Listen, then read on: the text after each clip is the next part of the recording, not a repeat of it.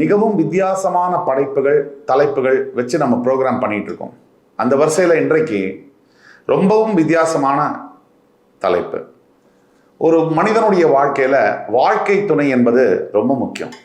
இந்த வாழ்க்கை துணை சரியாக அமையலைன்னா வாழ்க்கையே பறி போயிடுது. அப்போ உங்களுடைய வாழ்க்கை துணை யார்? இனி கல்யாணம் பண்ண போறவங்களுக்கு உங்களுடைய வாழ்க்கை துணை யார்?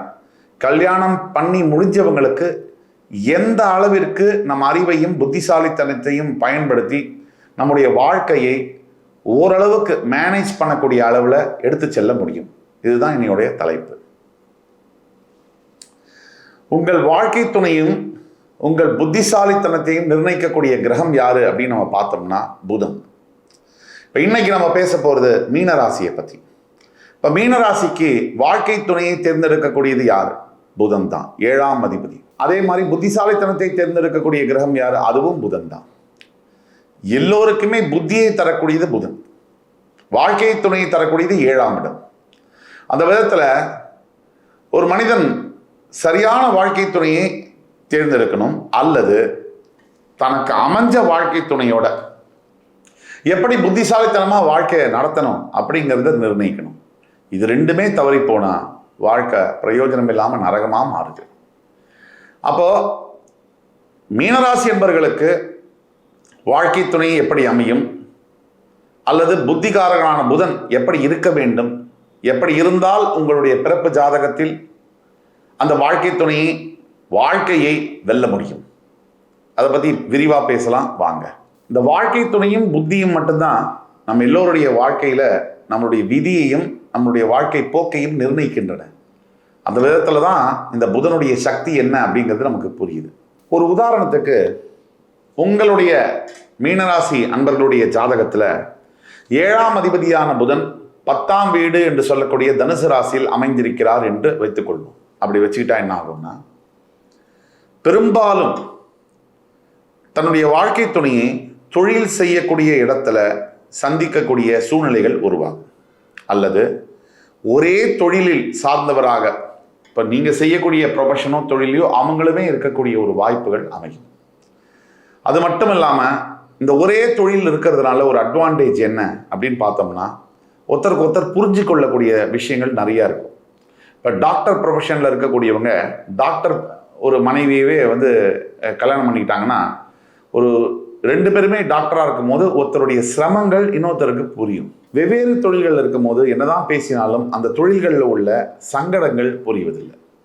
அந்த அடிப்படையில் சந்திப்பு என்பது ஒரே ஒரு வேலை செய்யக்கூடிய இடத்துலையோ, ஒரே ஒரு தொழில் செய்யக்கூடிய நிறுவனங்களையோ, வியாபாரம் செய்யக்கூடிய இடத்துலையோ பார்க்கக்கூடிய நிலைமைகள் உருவாகும்.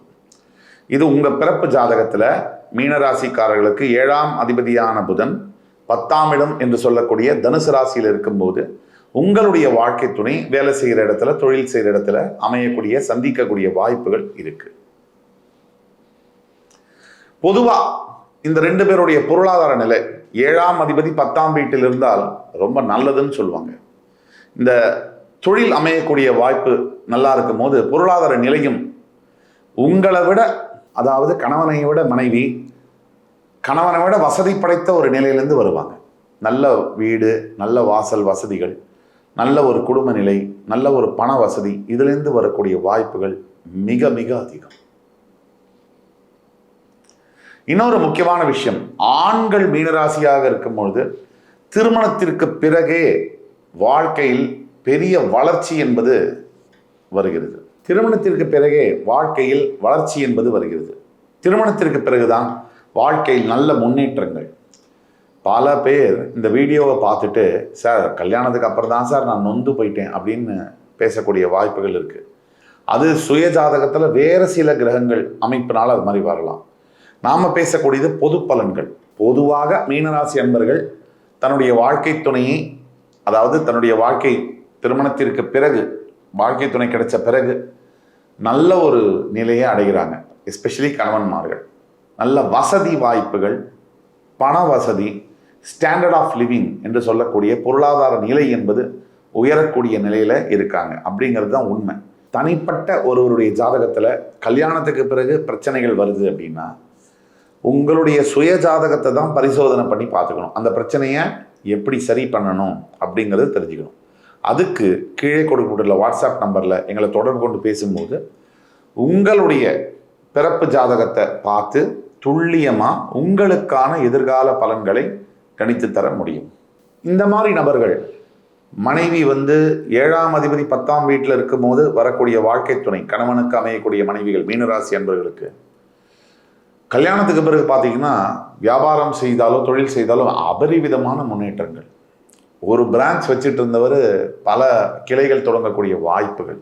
1 லட்சம் சம்பாதிச்சுட்டு இருந்தவர் 10 லட்சம் சம்பாதிச்சா எவ்வளவு பெரிய முன்னேற்றமோ அந்த அளவிற்கான முன்னேற்றங்களை மீனராசி அன்பர்களுக்கு பிறப்பு ஜாதகத்தில் 7ஆம் அதிபதியான புதன் 10ஆம் வீட்டில் இருந்து திருமணம் நடக்கும்போது பெரும்பாலான சமயங்களில் நடக்கிறது. 2வது விஷயம், ஒருவருக்கு கூர்மையான புத்தி திறன் எப்படி அமைகிறது அப்படிங்கிறத பற்றி பார்த்தோம்னா அதற்கு காரண கர்த்தாவாக இருப்பது புதன் கிரகம். அந்த புதன் உங்கள் ஜாதகத்தில் எந்த இடத்தில் இருந்தால் உங்களுக்கு எம்மாதிரியான பலன்கள் உண்டு அப்படிங்கிறத பற்றி பார்த்தோம்னா பிறப்பு ஜாதகத்தில் நிறைய விஷயங்களை பற்றி பேசலாம்.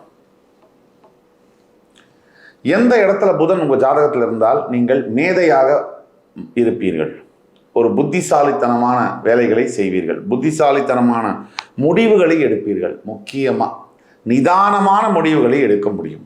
ஒரு உதாரணத்திற்கு புதன் முதல் வீட்டில் இருந்தால் நீங்கள் எதையுமே சீக்கிரமாக புரிஞ்சிக்கக்கூடிய, அப்சர்வ் பண்ணக்கூடிய கேப்பபிலிட்டி உங்களுக்கு இருக்கும். முடிவெடுக்கிறதுலையும் கூட ஷார்ப்பான டிசிஷன் மேக்கிங் எபிலிட்டிஸ் எல்லாம் இருக்கும். இது புதன் லக்னத்தில் முதல் வீட்டில் இருந்தால் இந்த மாதிரியான அமைப்புகள் உங்களுக்கு வரும். அதே மாதிரி உங்கள் ஜாதகத்தில் புதன் மிதுனத்திலேயோ கண்ணிலேயோ இருந்தால் இயற்கையிலேயே அனலிட்டிக்கல் பிரெயின் அப்படிங்கிறது இருக்கும். பகுத்தறிவோட எந்த ஒரு விஷயத்தையும் நுண்ணறிவோட ஆராய்ந்து பார்த்து முடிவெடுக்கக்கூடிய தன்மைகள் அமையும். இந்த மாதிரி பீப்புள் தான் பெரிய சிஏ சார்ட்டர்ட் அக்கௌண்ட்ஸ் ஆகவும், இல்லை பேங்க்கில் பெரிய ஆஃபீஸர்ஸ் ஆகவும், இ-காமர்ஸ் பிஸ்னஸில் பெரிய கொடிகட்டி பரப்பரவர்களாகவும் இருக்காங்க. அடுத்த காம்பினேஷனில் பார்த்தோம்னா புதன் குருவோடு சேர்ந்திருக்கும் போது இது ஒரு அபூர்வமான ஒரு சேர்க்கை. இந்த மாதிரி இருக்கக்கூடியவர்கள் மிகப்பெரிய அட்வைசர்ஸாக, ஏன் பிரைம் மினிஸ்டருக்கு, சீஃப் மினிஸ்டருக்கெல்லாம் கூட அட்வைசர்ஸாக, ஒரு ஸ்ட்ராட்டஜிக்கல் டிசிஷன் மேக்கிங்கில் அட்வைசர்ஸாக இருந்து கோலூற்றக்கூடியவர்களாக இருக்கிறார்கள். அதே மாதிரி உங்கள் ஜாதகத்தில் உங்கள் லக்னத்திலேருந்து 5ஆம் வீட்டில் புதன் இருக்கும்பொழுது மிகப்பெரிய கண்டுபிடிப்புகள் எல்லாம் உருவாக்குவாங்க. கிரியேட்டிவிட்டி பயங்கரமாக இருக்கும். அதே மாதிரி மிகப்பெரிய ஒரு சயின்ஸில் அட்வான்ஸ்டாக படிக்கக்கூடிய தன்மைகள்லாம் இருக்கும். மிகப்பெரிய ரைட்டர்ஸாக, ஆர்டிஸ்டாக வரக்கூடியவர்கள்லாம் லக்னத்திலேருந்து 5th ஹவுஸில் புதன் இருந்தால் இந்த மாதிரி அமைப்புகளை உடையவர்களாக பார்க்க முடியுது. அதே மாதிரி உங்களோட மீனராசிக்கு 10ஆம் வீட்டில் புதன் இருந்தால் நீங்கள் மிகப்பெரிய பப்ளிக் ஸ்பீக்கிங் எபிலிட்டி உடையவர்களாக இருப்பீர்கள். பெரிய க்ரௌடில் அத்தனையும் பேரையும் ஈர்க்கக்கூடிய பேச்சாளர்களாக நீங்கள் இருப்பீங்க. இது மீன லக்னம், மீன ராசி இரண்டிற்கும் பொருந்தும். இப்போ நாம் பேசிட்டு வந்த இந்த கருத்துக்கள் இதெல்லாம் பொதுவாக சொல்லக்கூடிய கருத்துக்கள். இதற்கும் மேலே இது ஒரு 65 to 70% ஒர்க் ஆகும்.